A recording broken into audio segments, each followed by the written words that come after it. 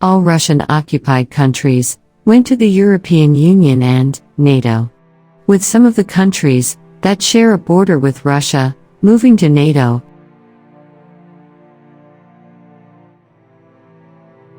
and Ukraine, which is very important to Russia, becoming part of NATO, Russia will have a lot of security issues. Is this the only motive behind Russia's attempt to subjugate the whole of Ukraine, as it did in the 2014 terror invasion of Crimea? What is the secret motive behind Putin's attempt to carry out a shadow war with a group of people in Ukraine, and finally bring down the army and shoot so many people?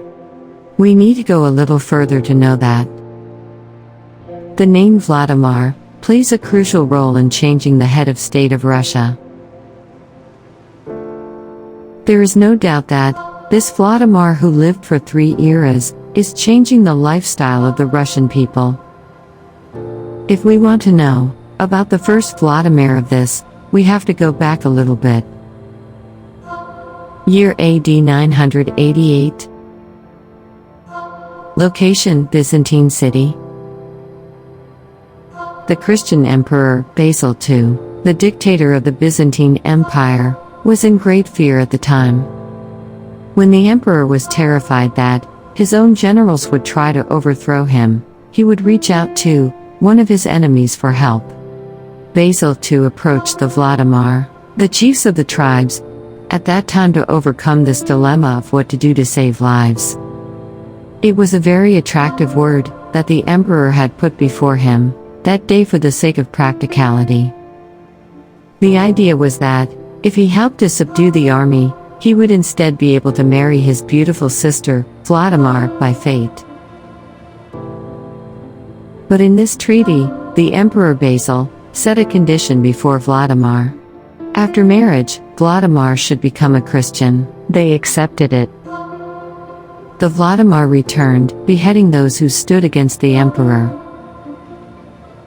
As he said, he gathered his tribe together on the banks of the Dnieper River on the island and baptized them and converted them to Christianity. Today's Russian Orthodox Christianity originates from the parish where Vladimir was marked. Vladimir, who had converted such a people to Christianity at that time, was later hailed as a saint. In 1917, a second Vladimir Lenin. In 1917, a revolution took place under the leadership of Vladimir Lenin. During the Russian Revolution, the people seized power by ousting the king, and Ukraine gained independence in 1918, but it only lasted for 3 years. Because in 1921, when the Soviet Union was about to be established, Ukraine became known as the Ukrainian Soviet Socialist. The Orthodox Church in Russia was in a state of decline as communism flourished on Russian soil. Lenin did his best to root out Russian Orthodox Christianity, but the church survived. A third Vladimir, a century after the fall of the Soviet Union in 1991. Vladimir Putin. To the immortality of modern Russia. His aim is to capture these Ukrainian people and bring them together and uphold former communist ideologies. Its hallmark is the growing number of churches and missionaries in the country over the years. It's not right, because we do think that religion and politics can be hidden somewhere, given the history that has been told before. This is what some are saying is the new theory of the current invasion of Ukraine.